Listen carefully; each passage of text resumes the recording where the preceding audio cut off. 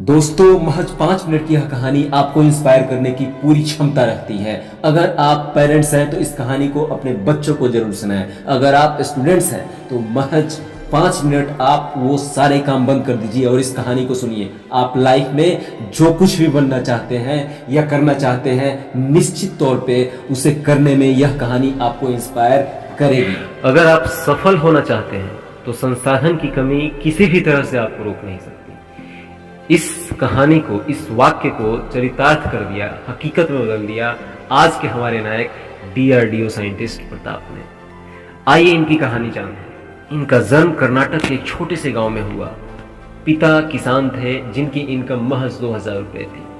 प्रताप को बचपन से ही इलेक्ट्रॉनिक्स में काफी दिलचस्पी थी।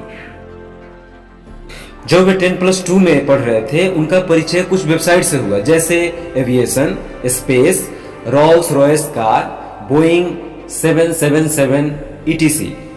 यह सब वे अपने नजदीक के कैफे से सीखा करते थे। इन्होंने बहुत सारे ईमेल्स दुनिया के साइंटिस्टों को भेजा जो कि इनकी टूटी फूटी अंग्रेजी में था, लेकिन दुनिया में किसी ने भी इनके ईमेल्स का जवाब नहीं दिया। वह व्यर्थ रहा। वह इंजीनियरिंग करना चाहते थे, लेकिन आर्थिक स्थिति अच्छी नहीं होने की वजह से इन्हें BSc फिजिक्स में एडमिशन लेना पड़ा। हद तो तब हो गई जब वो इसे भी कंप्लीट नहीं कर पाए, क्योंकि इन्हें हॉस्टल से निकाल दिया गया। रीजन वही, क्योंकि इनका फाइनेंशियल कंडीशन अच्छा नहीं था। हॉस्टल से निकाले जाने के बाद ये मैसूर के बस स्टैंड पर ही सोने के लिए मजबूर हो गए और पब्लिक टॉयलेट को इन्होंने इस्तेमाल करना शुरू किया। वहीं से इन्होंने कंप्यूटर में C++, Java core and Python अपने आप सीखा। उन्होंने वेस्ट से ड्रोन बनाना भी सीखा। लगभग 80 बार असफल होने के बाद इन्होंने पहला ड्रोन बनाना सीखा।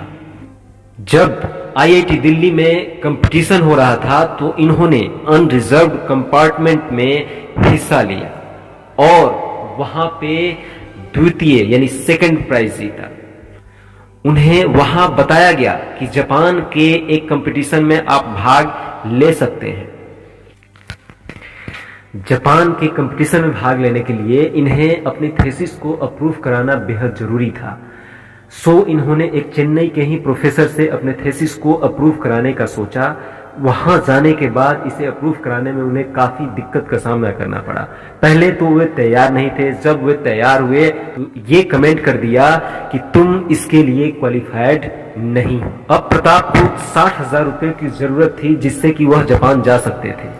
मैसूर के ही एक भले व्यक्ति ने उनका टिकट कराया और बाकी पैसा उन्होंने अपनी मां के मंगलसूत्र को बेचकर अरेंज किया।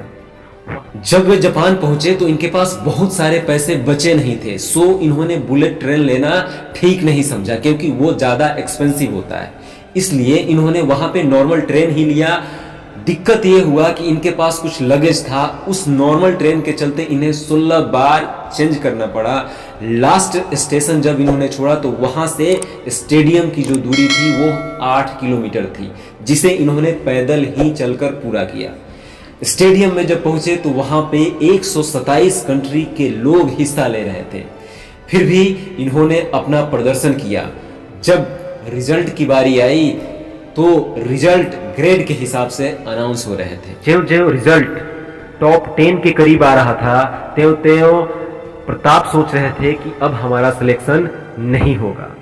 फाइनली टॉप 10 के अंदर रिजल्ट अनाउंसमेंट शुरू हो गई और 9, 8, 7, 6 इस तरह से जैसे जैसे रिजल्ट करीब आता जा रहा था, प्रताप मायूस होते जा रहे थे। एक बार तो ऐसा लगा कि अब चलते हैं। और फाइनली नंबर 1 का अनाउंसमेंट हुआ। Please welcome mister Pratap, gold medalist from India. यह वाक्य सुनते ही प्रताप के खुशी का ठिकाना नहीं रहा। प्रताप खुशी से रोने लगे। उन्होंने अपनी आंखों से USA फ्लैग के ऊपर इंडियन फ्लैग को जाते देखा।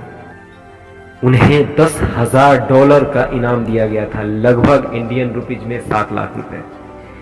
यहां तक कि फ्रांस ने इन्हें जॉब ऑफर किया, 16 लाख महीना, 5 BHK हाउस एंड कार जिसकी कीमत लगभग 2.5 करोड़ रुपए, लेकिन प्रताप ने इसे सिंपली रिफ्यूज कर दिया। पीएम मोदी ने उन्हें सुटेबल ऑनर दिया और डीआरडीओ में नियुक्त किया। प्रताप ने यह साबित कर दिया कि ऊंचे जज्बे और हिम्मत तथा सही डायरेक्शन में अगर काम किया जाए तो कोई भी मंजिल हासिल की जा सकती है। Thank you so much.